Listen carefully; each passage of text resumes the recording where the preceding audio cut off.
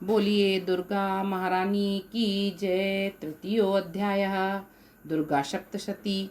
तीसरा अध्याय सेनापतियों सहित महिषासुर का वध। जगदम्बा के श्री अंगों की कांति उदय काल के सहस्त्रों सूर्यों के समान है। वे लाल रंग की रेशमी साड़ी पहने हुए हैं। उनके गले में मुंडमाला शोभा पा रही है। दोनों स्तनों पर रक्त चंदन का लेप लगा है। वे अपने कर कमलों में जप मालिका, विद्या और अभय तथा वर नामक मुद्राएं धारण किए हुए हैं। 3 नेत्रों से सुशोभित मुखारविंद की बड़ी शोभा हो रही है। उनके मस्तक पर चंद्रमा के साथ ही रत्नमय मुकुट बंधा है तथा वे कमल के आसन पर विराजमान है। ऐसे देवी को मैं भक्ति पूर्वक प्रणाम करता हूँ। ऋषि कहते हैं, दैत्यों की सेना को इस प्रकार तहस नहस होते देख महादैत्य सेनापति चिक्षुर क्रोध में भरकर अंबिका देवी से युद्ध करने के लिए आगे बढ़ा। वह असुर रण भूमि में देवी के ऊपर इस प्रकार बाणों की वर्षा करने लगा जैसे बादल मेरुगिरी के शिखर पर पानी की धार बरसा रहा हो। तब देवी ने अपने बाणों से उसके वाण समूह को अनायास ही काटकर उसके घोड़ों और सारथी को भी मार डाला। साथ ही उसके धनुष तथा अत्यंत ऊंची ध्वजा को भी तत्काल काट गिराया। धनुष कट जाने पर उसके अंगों को अपने वाणों से बींध डाला।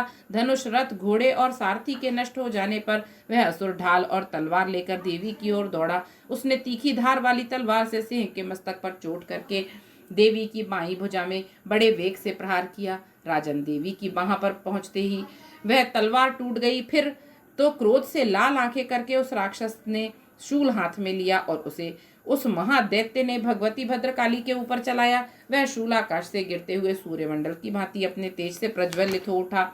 उस शूल को अपनी ओर आते देख देवी ने भी शूल का प्रहार किया। उससे राक्षस के शूल के सैकड़ों टुकड़े हो गए। साथ ही महादैत्य चिक्षुर की भी धज्जियां उड़ गईं। वह प्राणों से हाथ धो बैठा। महिषासुर के सेनापति उस महापराक्रमी चिक्षुर के मारे जाने पर देवताओं को पीड़ा देने वाला चामर हाथी पर चढ़कर आया। उसने भी देवी के ऊपर शक्ति का प्रहार किया, किंतु जगदम्बा ने उसे अपनी हुंकार से ही आहत एवं निष्प्रभ करके तत्काल पृथ्वी पर गिरा दिया। शक्ति टूटकर गिरी हुई देख चामर को बड़ा क्रोध आया।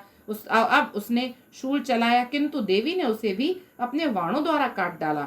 इतने में ही देवी का सिंह उछलकर हाथी के मस्तक पर चढ़ बैठा और उस दैत्य के साथ खूब जोर लगाकर बाहु युद्ध करने लगा। वे दोनों लड़ते लड़ते हाथी से पृथ्वी पर आ गए और अत्यंत क्रोध में भरकर एक दूसरे पर बड़े भयंकर प्रहार करते हुए लड़ने लगे। तदनंतर सिंह बड़े वेग से आकाश की ओर उछला और उधर से गिरते समय उसने पंजों की मार से चामर का सिर धड़ से अलग कर दिया। इसी प्रकार उदग्र भी शिला और वृक्ष आदि की मार खाकर रणभूमि में देवी के हाथ से मारा गया तथा कराल भी दांतों, मुक्कों और थप्पड़ों की चोट से धराशायी हो गया। क्रोध में भरी हुई देवी ने गदा की चोट से उद्धत का कचूमर निकाल डाला। भिंदी पाल से वाशकल को तथा वाणों से ताम्र और अंधक को मौत के घाट उतार दिया। 3 नेत्रों वाली परमेश्वरी देवी ने त्रिशूल से उग्रास से उग्रवीर तथा महाहनु नामक दैत्यों को मार डाला। तलवार की चोट से विडाल के मस्तक को धड़ से काट गिराया। दुर्धर और दुर्मुख इन दोनों को भी अपने वाणों से यमलोक भेज दिया। इस प्रकार अपनी सेना का संहार होता देख महिषासुर ने भैंसे का रूप धारण करके देवी के गणों को त्रास देना आरंभ किया। किन्हीं को थुथुन से मारकर, किन्हीं के ऊपर खुरों का प्रहार करके, किन्हीं को पूंछ से चोट पहुंचाकर, कुछ को सींगों से विदीर्ण करके, कुछ गणों को वेग से, किन्हीं को सिंहनाद से, कुछ को चक्कर देकर और कितनों को निश्वास वायु के झोंके से धराशायी कर दिया। इस प्रकार गणों की सेना को गिराकर वह असुर महादेवी के सिंह को मारने के लिए झपटा। इससे जगदम्बा को बड़ा क्रोध हुआ। उधर महापराक्रमी महिषासुर भी क्रोध में भरकर धरती को खुरों से खोदने लगा तथा अपने सींगों से ऊंचे ऊंचे पर्वतों को उठाकर फेंकने और गरजने लगा। उसके वेग से चक्कर देने के कारण पृथ्वी शुद्ध होकर फटने लगी। उसकी पूंछ से टकराकर समुद्र सब ओर से धरती को डुबोने लगा। हिलते हुए सींगों के आघात से विदीर्ण होकर बादलों के टुकड़े टुकड़े हो गए। उसके श्वास की प्रचंड वायु के वेग से उड़े हुए सैकड़ों पर्वत आकाश से गिरने लगे। इस प्रकार क्रोध में भरे हुए उस महादैत्य को अपनी ओर आते देख चंडिका ने उसका वध करने के लिए महान क्रोध किया। उन्होंने पाश फेंककर उस महान असुर को बांध लिया। उस महासंग्राम में बंध जाने पर उसने भैंसे का रूप त्याग दिया और तत्काल सिंह के रूप में वह प्रकट हो गया। उस अवस्था में जगदम्बा ज्यों ही उसका मस्तक काटने के लिए उद्यत हुई, त्यों ही वह खड्गधारी पुरुष के रूप में दिखाई देने लगा। तब देवी ने तुरंत ही वाणों की वर्षा करके ढाल और तलवार के साथ उस पुरुष को भी बांध डाला। इतने में ही वह महान गजराज के रूप में परिणित हो गया तथा अपनी सूंड से देवी के विशाल सिंह को खींचने और गर्जने लगा। खींचते समय देवी ने तलवार से उसकी सूंड काट डाली। तब उस महादैत्य ने पुनः भैंसे का शरीर धारण कर लिया और पहले की भांति चराचर प्राणियों सहित तीनों लोगों को व्याकुल करने लगा। तब क्रोध में भरी हुई जगन माता चंडिका बारंबार उत्तम मधु का पान करने और लाल आंखें करके हंसने लगी। उधर वह बल और पराक्रम के मद से उन्मत्त हुआ राक्षस गर्जने लगा और अपने सींगों से चंडी के ऊपर पर्वतों को फेंकने लगा। उस समय देवी अपने वाणों के समूह से उसके फेंके हुए पर्वतों को चूर्ण करती हुई बोली। बोलते समय उनका मुख मधु के सम्मद से लाल हो रहा था और वाणी लड़खड़ा रही थी। देवी ने कहा, ओ मूढ़, मैं जब तक मधु पीती हूँ तब तक तू क्षण भर के लिए खूब गर्ज ले। मेरे हाथ से यहीं तेरी मृत्यु हो जाने पर अब शीघ्र ही देवता भी गर्जना करेंगे। ऋषि कहते हैं, यूं कहकर देवी उछली और उस महादैत्य के ऊपर चढ़ गईं। फिर अपने पैर से उसे दबाकर उन्होंने शूल से उसके कंठ में आघात किया। उनके पैर से दबा होने पर भी महिषासुर अपने मुख से दूसरे रूप में बाहर होने लगा। अभी आधे शरीर से ही वह बाहर निकलने पाया था कि देवी ने अपने प्रभाव से उसे रोक दिया। आधा निकला होने पर भी वह महादैत्य देवी से युद्ध करने लगा। तब देवी ने बहुत बड़ी तलवार से उसका मस्तक काट गिराया। फिर तो हाहाकार करती हुई दैत्यों की सारी सेना भाग गई तथा संपूर्ण देवता अत्यंत प्रसन्न हो गए। देवताओं ने दिव्य महर्षियों के साथ दुर्गा देवी का स्तवन किया। गंधर्वराज गाने लगे तथा अप्सराएं नृत्य करने लगी। इस प्रकार श्री मार्कंडेय पुराण में सावर्णिक मनवंतर की कथा के अंतर्गत देवी महात्म्य में महिषासुर वध नामक तीसरा अध्याय पूरा हुआ। बोलिए दुर्गा महारानी की जय। श्री दुर्गा सप्तशती एकादशो अध्याय। 11वां अध्याय। देवताओं द्वारा देवी की स्तुति तथा देवी द्वारा देवताओं को वरदान। मैं भुवनेश्वरी देवी का ध्यान करता हूँ। उनके श्री अंगों की आभा प्रभात काल के सूर्य के समान है और मस्तक पर चंद्रमा का मुकुट है। वे उभरे हुए स्तनों और 3 नेत्रों से युक्त हैं। उनके मुख पर मुस्कान की छटा छाई रहती है और हाथों में वरद, अंकुश, पाश एवं अभय मुद्रा शोभा पाते हैं। ऋषि कहते हैं, देवी के द्वारा वहां महादैत्यपति शुंभ के मारे जाने पर इंद्र आदि देवता अग्नि को आगे करके उन कात्यायनी देवी की स्तुति करने लगे। उस समय अभीष्ट की प्राप्ति होने से उनके मुख कमल दमक उठे थे और उनके प्रकाश से दिशाएं भी जगमगा उठी थी। देवता बोले, शरणागत की पीड़ा दूर करने वाली देवी हम पर प्रसन्न हो। संपूर्ण जगत की माता प्रसन्न हो। विश्वेश्वरी, विश्व की रक्षा करो। देवी, तुम ही चराचर जगत की अधीश्वरी हो। तुम इस जगत का एकमात्र आधार हो, क्योंकि पृथ्वी रूप में तुम्हारी ही स्थिति है। देवी, तुम्हारा पराक्रम अलंघनीय है।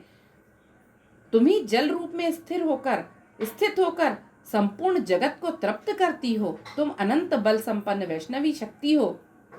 इस विश्व की कारणभूता परा माया हो। देवी, तुमने इस समस्त जगत को मोहित कर रखा है। तुम ही प्रसन्न होने पर इस पृथ्वी पर मोक्ष की प्राप्ति कराती हो। देवी, संपूर्ण विद्याएं तुम्हारे ही भिन्न भिन्न स्वरूप हैं।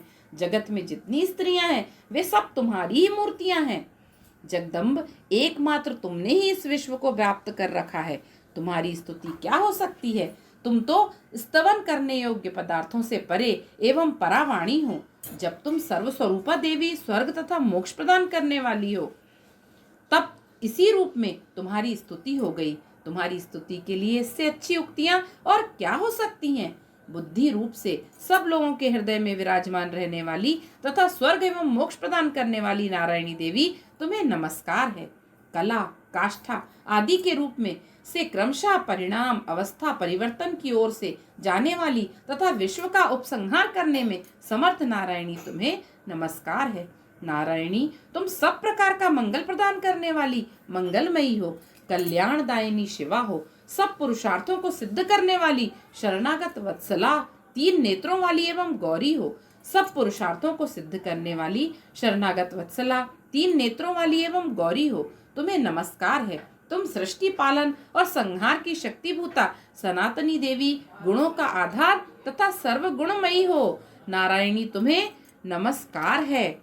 शरण में आए हुए दीनों एवं पीड़ितों की रक्षा में संलग्न रहने वाली तथा सबकी पीड़ा को दूर करने वाली नारायणी देवी तुम्हें नमस्कार है। नारायणी तुम ब्राह्मणी का रूप धारण करके हंसों से जुते हुए विमान पर बैठती तथा कुश मिश्रित जल छिड़कती रहती हो, तुम्हें नमस्कार है। माहेश्वरी रूप से त्रिशूल, चंद्रमा एवं सर्प को धारण करने वाली तथा महान वृषभ की पीठ पर बैठने वाली नारायणी देवी, तुम्हें नमस्कार है। मोरों और मृगों से घिरी रहने वाली तथा महाशक्ति धारण करने वाली कौमारी रूप धारिणी निष्पापित नारायणी, तुम्हें नमस्कार है। शंख, चक्र, गदा और शांख धनुष रूप उत्तम आयुधों को धारण करने वाली वैष्णवी शक्ति रूपा नारायणी, तुम प्रसन्न हो, तुम्हें नमस्कार है। हाथ में भयानक महाचक्र लिए और दाढ़ों पर धरती को उठाए वाराही रूप धारिणी कल्याणमयी नारायणी, तुम्हें नमस्कार है। भयंकर नरसिंह रूप से दैत्यों के वध के लिए उद्योग करने वाली तथा त्रिभुवन की रक्षा में संलग्न रहने वाली नारायणी, तुम्हें नमस्कार है। मस्तक पर किरीट और हाथ में महावज्र धारण करने वाली, सहस्त्र नेत्रों के कारण उद्दीप्त दिखाई देने वाली और वृत्तासुर के प्राणों का अपहरण करने वाली इंद्रा शक्ति रूपा नारायणी देवी, तुम्हें नमस्कार है। शिवदूती रूप में दैत्यों की महती सेना का संहार करने वाली, भयंकर रूप धारण करने तथा विकट गर्जना करने वाली नारायणी, तुम्हें नमस्कार है।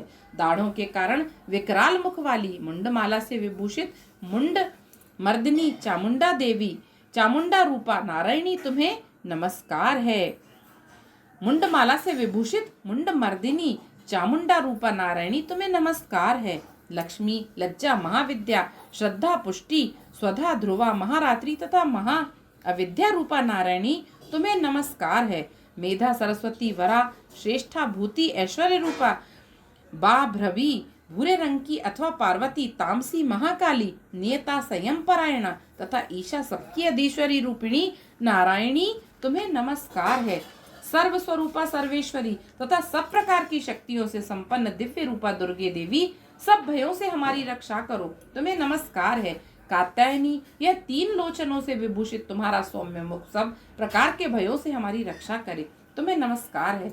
भद्रकाली, ज्वालाओं के कारण विकराल प्रतीत होने वाला अत्यंत भयंकर और समस्त असुरों का संहार करने वाला तुम्हारा त्रिशूल भय से हमें बचाए, तुम्हें नमस्कार है। देवी, जो अपनी ध्वनि से संपूर्ण जगत को व्याप्त करके दैत्यों के तेज नष्ट किया देता है, वह तुम्हारा घंटा हम लोगों की पापों से उसी प्रकार रक्षा करे जैसे माता अपने पुत्रों की बुरे कर्मों से रक्षा करती है। चंडी के तुम्हारे हाथों से सुशोभित खड्ग, जो असुरों के रक्त और चर्बी से चर्चित है, हमारा मंगल करे, हम तुम्हें नमस्कार करते हैं। देवी, तुम प्रसन्न होने पर सब रोगों को नष्ट कर देती हो और कुपित होने पर मनोवांछित सभी कामनाओं का नाश कर देती हो। जो लोग तुम्हारी शरण में जा चुके हैं, उन पर विपत्ति तो आती ही नहीं। तुम्हारी शरण में गए हुए मनुष्य दूसरों को शरण देने वाले हो जाते हैं।